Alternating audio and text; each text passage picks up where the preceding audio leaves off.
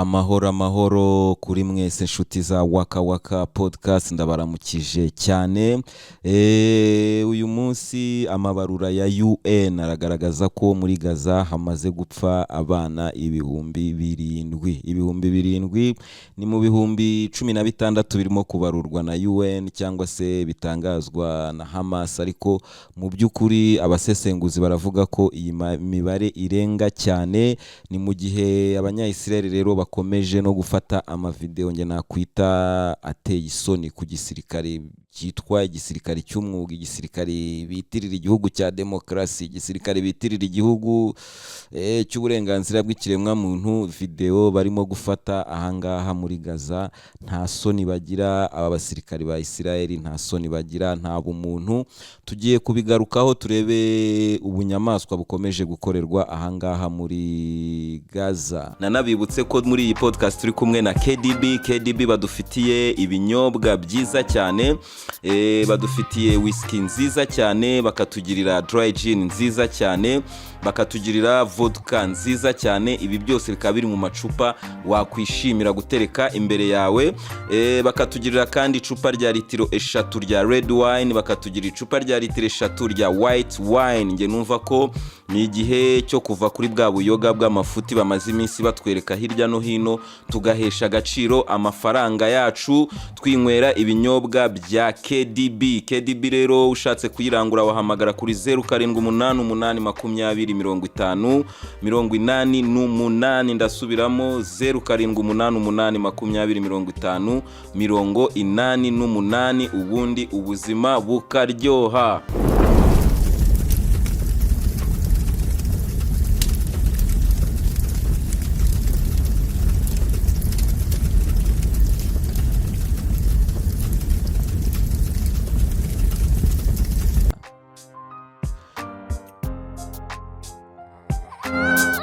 Yes, rero nkuko twabibonye mu mashusho hirya no hino ateye isoni, twabonye abasirikari ba Israel bafata abantu benshi cyane, barimo abana, abasaza, babambura ubusa babashyira ahantu. Abenshi bavuga ko abenshi bahiciwe, abandi bapakirwa mu makamyo berekezwa muri Israel.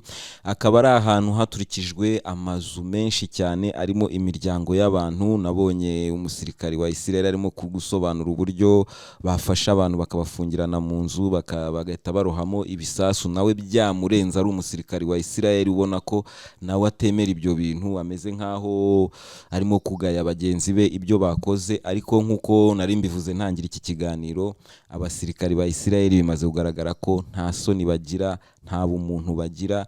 N'abasirikari wagira ngo sinzi niba baratojwe iki, niba ari ikihe gisirikare, kuko intambara iri kubera ahangaha muri Gaza nta ntambara ihari. Ntiturabona umusirikari wa Hamas wishwe, ntiturabona umusirikari wa Hamas wafashwe.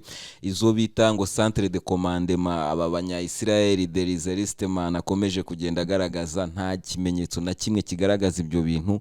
Ikintu gihari nuko uyu munsi abanya-Palestina bari gupfa ku bwinshi. Imibare igaragara rero ya UN ni ibihumbi 16 kugeza uyu munsi. Niyo ni imibare yari hari kuva ejo bundi, urumva ku ejo n'uyu munsi amaze kwiyongera benshi, yaba bapfuye ibitero birimo kuba, yaba abishwe n'ibikomere bya nyuma yaho, ni benshi. Imibare ikomeza guhinduka. Rero ejo bundi habarurwaga 16 bitangazwa na UN. Muri ibyo 16 hakabamo ibihumbi 7 ari abana. Ibyo rero akaba ari ibintu isi yose byayishyize mu kantu. Ariko nanone ibihugu bikomeye nk'Abanyamerika n'ibihugu bimwe by'Abanyaburayi bikaba bikomeje gufunga amaso kuri ibyo bintu biri kuba. Video rero nababwiraga ziteye isoni zikomeje kuba.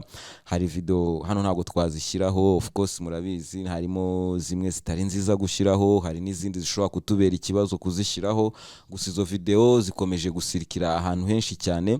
Abasirikari ba Israel babohoje utugare tw'abana muri quartier, bameze nk'abantu barya iminyenga baseka cyane. Binjira mu iduka ry'abana bashyizemo indirimbo ya Christmas, binjira mu iduka ribamo ibintu by'abana baramenagura, bifata video baseka. Ibintu reba uri umuntu w'umunyafurika, utari umusiramu, utari umwara butegereye ibyo bintu, kumva nawe amarira arakuzenze mu maso. Ngewe izo video mu by'ukuri zimwe sinjya nzireba ngo nzirangize kubera ko zintera amarangamutima menshi cyane, nkumva muri njyewe ngize ikintu kiremereye cyane kubera ubunyamaswa buba burimo gukorerwa abanyapalestina. Ibyo rero bikaba ari ibintu nge mbona ko akagambane ku banyapalestina karakomeye cyane.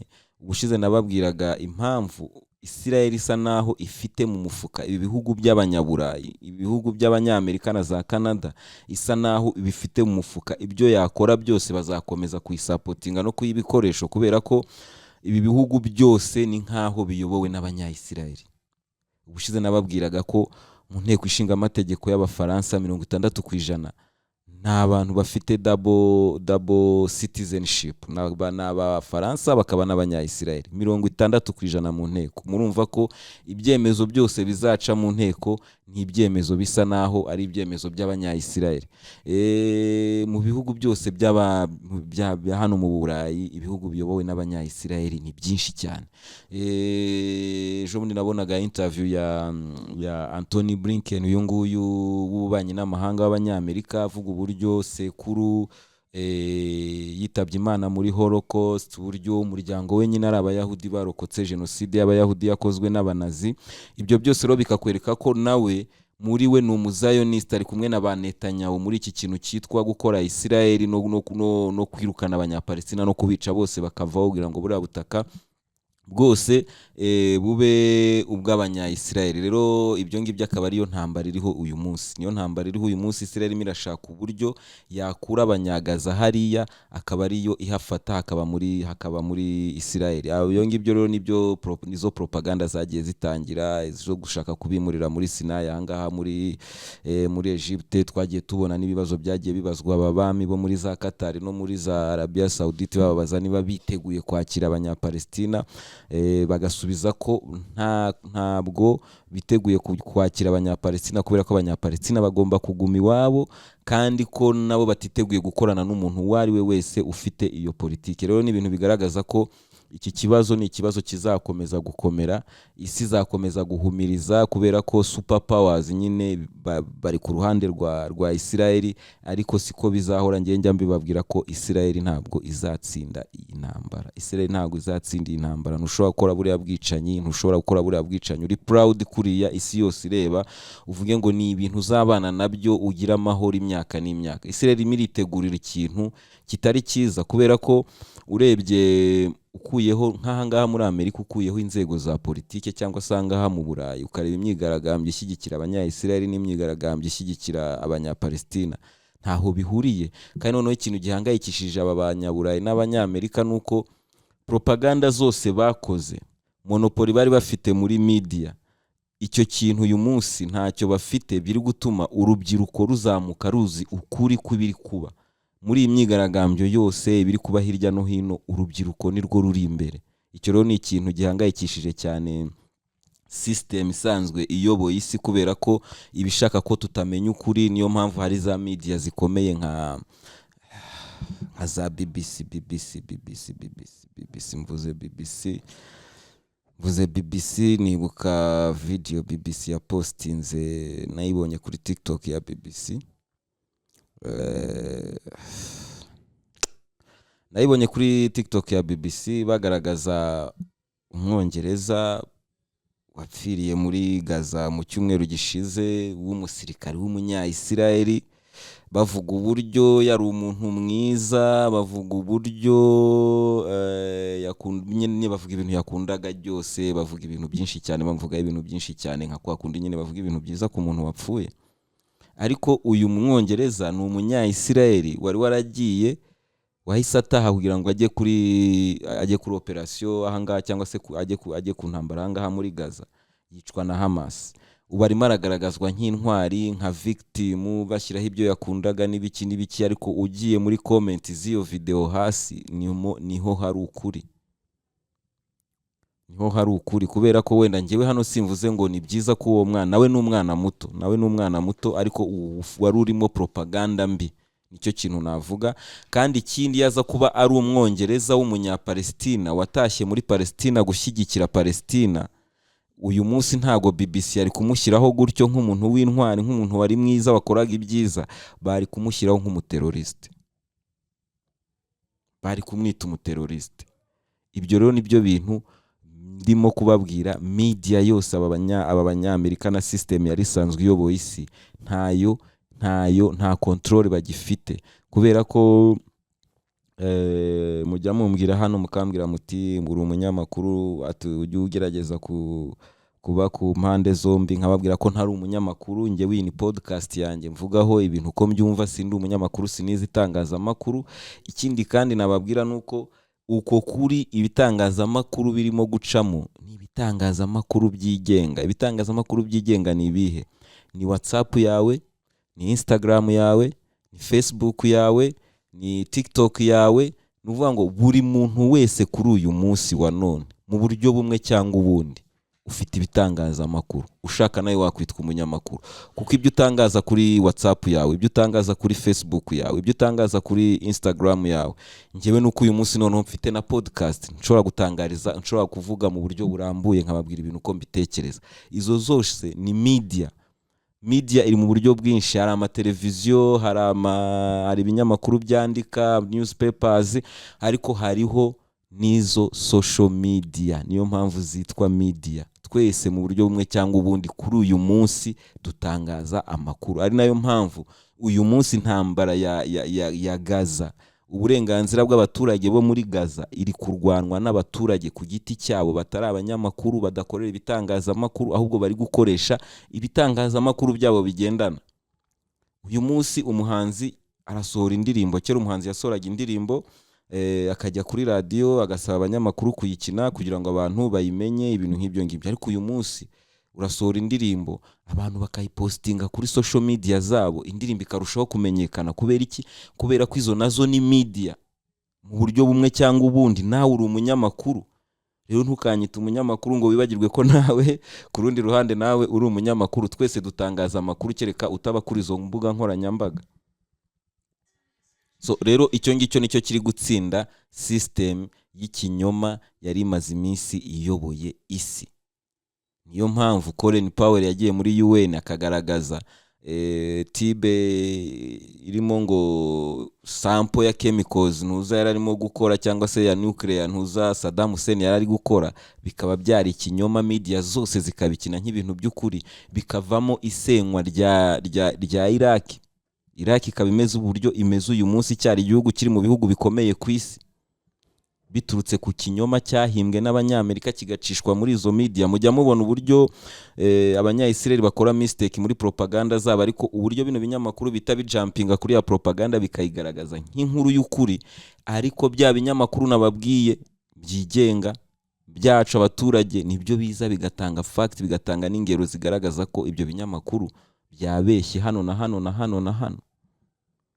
Uyu munsi aba activist benshi barimo kuvugira abanya-Palestina, n'abanyamerika, n'abongereza, n'abanyaburayi, n'abahehe, barimo kuvugira Palestina ku mbuga nkoranyambaga zabo. Ibyo nibyo bintu biri kuba, kuko ibintu biri kubera hano muri Gaza ntabwo nabivuga mu magambo, kuko ntibyumvikana. Ni ibintu birimo ubusumbane bugaragara no kwirengagiza uburenganzira bw'ikiremwa muntu, isi yose igafunga amaso. Ni ibintu rero birimo gukinirwamo politike nyinshi cyane. Ibihugu birimo kugenda bibyungukiramo, ibindi bizamukiramo, bikagira ka power runaka iki. Ariko hakaba hari ibihugu nanone nyuma yo kugaragaza bamaya bavuye ahangaha muri izi mu mfungwa Hamas yarekuye, bagira bakanga guhura na Benjamin Netanyahu. Hari n'izindi audio zagiye zisohoka zaba abantu barekuwe na Hamas bavuga uburyo Israel muri uku kubombarda ahantu hose yagiye ibahusha inshuro nyinshi, igiye kubica. Bakavuga ko abasigayeyo bashobora kuzicwa na Israel kurusha uko bakwicwa na Hamas. Bavuga ko bakiri muri bagifitwe na Hamas bari bafite ubwoba bwo kwicwa na Israel kurusha uko bari bafite ubwoba bwo kwicwa na Hamas, kuko Hamas bari babanye nayo neza bahungana ibisasu by'abanya-Israel. Izo rero nyuma y'ibyo bintu hagiye noneho hatangiye kugaragaramo n'ibihugu byari biri muri ya system bagambanira isi bigenda bivamo, kubera ko ibintu biri kubera ahangaha muri Gaza ari ibintu by'indengakamere. Ibyo bihugu rero bigenda bigira gutya bikavamo. Twabonye ndavuga Espagne, ni Espagne n'ikindi gihugu ntarimo kwibuka neza, ariko ibi bihugu byivanye muri gahunda y'ubumwe bw'uburayi, bivuga ko bisaba ubumwe bw'uburayi ko bwasaba ko Palestina yemerwa nk'igihugu. Ibi rero akaba ari ibintu byababaje cyane Benjamin Netanyahu. Njyewe nsigaye mbonamo umuntu mubi kuri uyu munsi ku isi, wa mbere mubi ni uyu mugabo umaze kwica abana 7,000 mu gihe kitarenze ukwezi kumwe. Namwe mu bitekereza ibyo bintu ntibibaho. Njye narababwiye ati abantu bapfuye hano muri Gaza ntiwabagereranya intambara yo muri Ukraine imaze igihe kingana iki. Nukuvuga ngo ari amabomba amaze kugwa muri Gaza aruta kure cyane amabomba amaze kuraswa muri Ukraine. Abantu bamaze gupfa ahangaha ntibigereranyika. Urumva ni ibintu rero tuzakomeza kugenda tuganiraho, ariko nanone ngasaba buri muntu wese muri za mbuga nkoranyambaga zacu, ngiye navuze bya bitangazamakuru byacu, reka kumva ko Palestine iri kure cyane. Oya, ntabwo iri kure cyane. Isi yabaye umudugudu, siko tuvuga, isi yabaye umudugudu. Kuri social media zawe gerageza, niba agahinda k'abanyapalestina kagukozeho ku mutima, gerageza uposting Free Palestine. We kumva ko ntacyo bivuze, birakivuze, kuko nicyo kintu kirimo kuvuguruza propaganda yose yari maze iminsi, twari tumaze iminsi twubakirwa. Ni itangazamakuru by'abantu ku giti cyabo, nizo social media zanyu. TikTok niho turi kubona amakuru menshi ubu ngubu, za Telegram niho turi kubona amakuru menshi, kubera ko na amakuru atagiyemo manipulation za politike.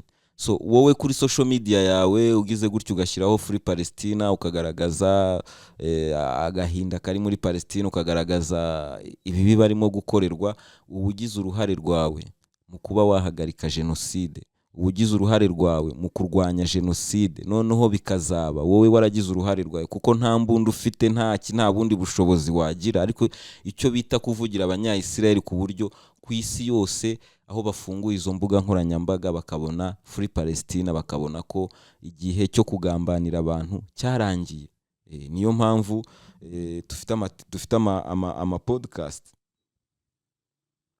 Ndabashimiye cyane rero, tuzakomeza tujye tubiganiraho, niko bimeze. Gusa ni ibintu biteye agahinda. Ngewe muri iki kibazo mbura amagambo, kuko na hantu ntabwo hari kubera intambara. Icyo ni kimwe. Nta bantu bamwe barimo kwica abandi babasumbya byose. Nahoze mbona barimo kuzana imashini zigiye ngo kuvoma, ngo ku buryo ngo aya matano ngo Hamas ihishamo bagiye gushyiramo amazi, bakuzuzamo amazi. Ariko aba bafunguwe na Hamas bavuga ko nimushyiramo amazi hara niho twabaga twihishe. Nuvuga ngo bari 131 basigaye muraba mubishe. Ariko Israel niko ikora. Ufasha umunya-Israel ukamufatiraho imbunda, umusirikare wa Israel ikintu cya mbere akora arabarasana mwembi. Niyo politiki ya Israel. Nta byo kunegosia. Niba wafashe umunya-Israel ukamushyiraho imbunda, barabarasana. Ibyo byarabaye ahangaha muri Gaza. aba Hamas bafashe umusirikare wa Israel bazi ko bene wabo bari buze kuba bamugirira impuhwe. Ikintu bakoze ni iki, bahise bahatera bombe aho hantu, kugira ngo Hamas itaza gukoresha n'uwo musirikare propaganda ivuge ngo yafashe umusirikare wa Israel yafashe iki. Bahise bahatera bombe. Ninde ukora ibyo bintu? Ninde ufite ubushobozi bwo gukora ibyo bintu? Ibyo bintu rero bikomeje kubabaza n'abanya-Israel ubwabo. Nibyo nababwiraga, izi social media zacu ziratuma n'abanya-Israel ubwabo bagenderaga mu cyuka, bagenderaga muri propaganda, batojwe propaganda kuva ari abana, babasha kubona ukuri. Ariyo mpamvu turi kubona hari abanya-Israel benshi barimo batemera ibintu Netanyahu barimo gukora. Barimo kuvuga ko Netanyahu barimo kubategurira ibibi bishoboka mu gihe kiri imbere. Ibyo rero niyo mpamvu ngewe yongeze kuri iki kibazo rwose mbura amagambo. Nta tekinike ya gisirikare irimo, ntaki. Ni ugusenya.